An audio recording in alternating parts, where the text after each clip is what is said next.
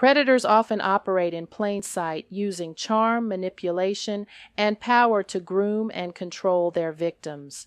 They exploit trust, vulnerability, and silence, gradually isolating those they target while maintaining a respectable public image. This behavior is calculated and deceptive, making it difficult for victims to come forward and for outsiders to recognize the abuse.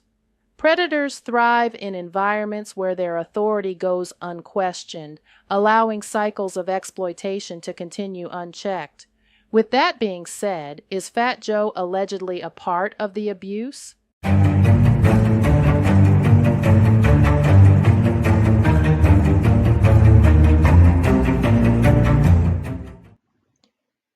everyone, and welcome back to the LifeScope channel. On your way in, be sure to like, share, definitely support, and subscribe to the channel.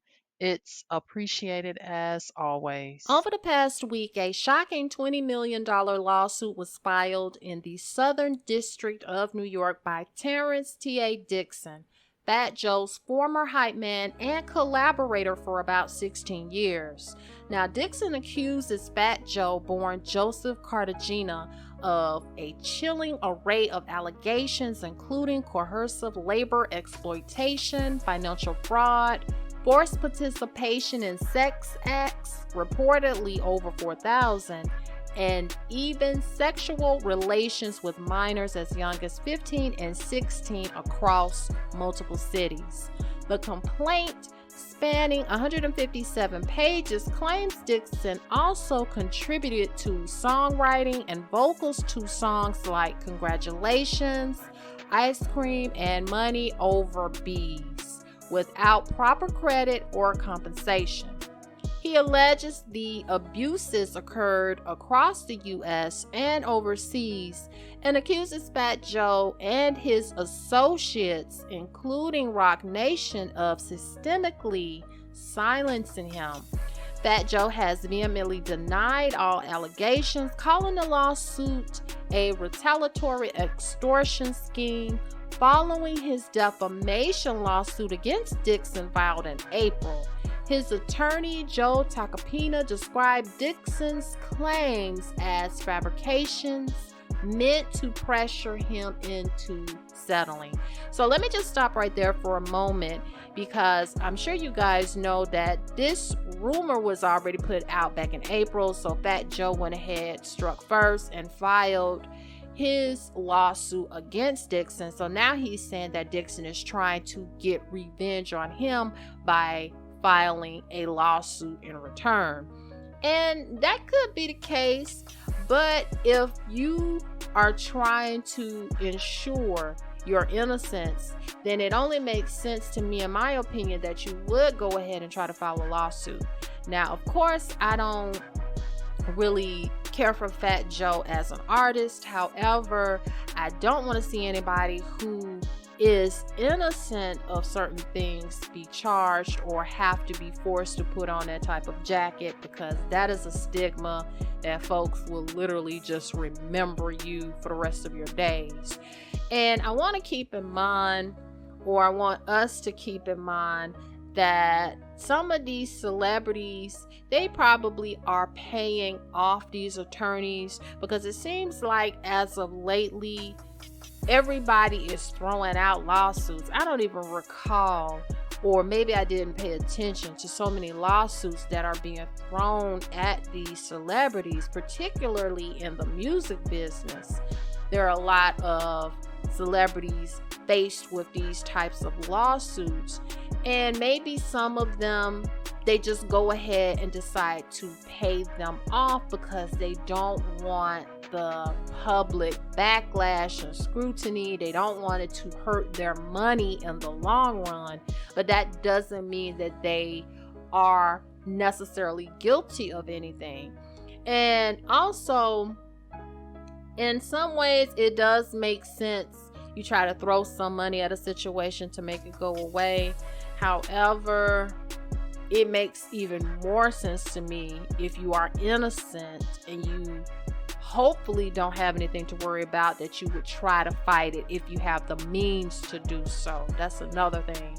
Because keep in mind, you guys remember, and this is a little bit of a side note, but you guys remember when Jonathan Majors was having his issue, and we literally saw on video him running through the city trying to get away from his ex-girlfriend at the time. And we don't know what happened within the car, but we do know he was opening up that car, he hopped out, he started running, and she was chasing him. But somehow they made it, and I'm talking about the media, they turned that into her being a victim that's chasing him.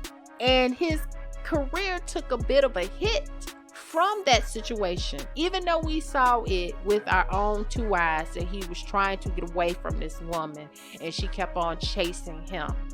So if that is happening in real time, and added to it the media putting their mess behind it and probably being a little biased, if that's happening to this particular movie star celebrity, then we can only imagine the things that musicians and artists go through with all of these types of lawsuits that they have to basically wiggle themselves out of.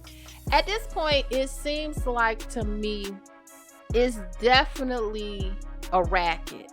It's more about who can file lawsuits the fastest when it comes to these attorneys just putting it out there on some of them. Now, if it is true, then the evidence should be presented and it should be proven. However, if it's not true, then yeah, it's a lot of people hiding behind lawyers trying to get a payday. And even with doing all of this to prove, in Fat Joe's case, to prove that he is innocent, he still got to pay somebody. So he still has to come out of money in order to prove that he is innocent. Legal teams are now digging in for what promises to be a prolonged battle. Dixon's side aims to prove exploitation and trafficking, while Fat Joe's camp is focused on dismissing the suit as a ploy for money and attention. A key hearing is set for August 1st. Now, Dixon was supposed to respond by June 23rd. We know that that was a few days ago. That has passed. So I haven't seen anything as of today whether or not he did or did not respond to these claims. Also, within the 157 pages that was filed regarding Fat Joe, it's really sick to think that Fat Joe allegedly had one of those little girls, even though they're 15, 16 years old.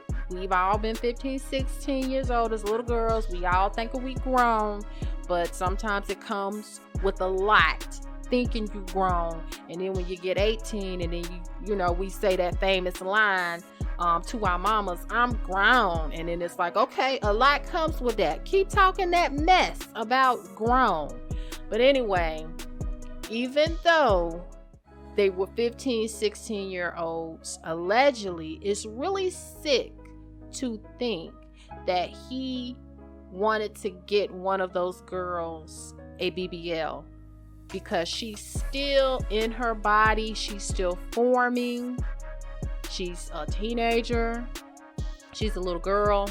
And this grown-ass man allegedly is paying for a BBL to get a little girl more curvy or to get her grown woman body, basically.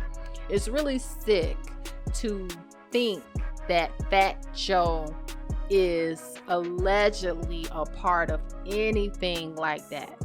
Regardless of how I think of him as an artist, it's really sick to think of him doing that to a little girl. So I find that to be really strange. Hopefully all of this is not true and the man is putting up the money. Seems like he's putting up a fight to prove his innocence. He also posted some, I'm not gonna say vague, because it was a very direct message like he posted on Instagram. and if I get the screenshot, I'll definitely put it up, where he was just saying that his family members have passed away. Mom, dad, I believe it was brother, had passed away, and people that's around him taking his kindness for weakness and everything. And what's the cutoff point for that? So we don't know what that Joe could be going through mentally. If I lost a lot of immediate family members like that, that can kind of weigh on you, and then you still have to continue on with life because you're still here. So a lot of things do come into play in regards to where his mindset is. Anyway, I just wanted to come on here and talk about that. Joe, definitely seems like this is going to be ongoing, but let me know what you think. Don't forget to like, share, definitely support and subscribe. And until next time, bye.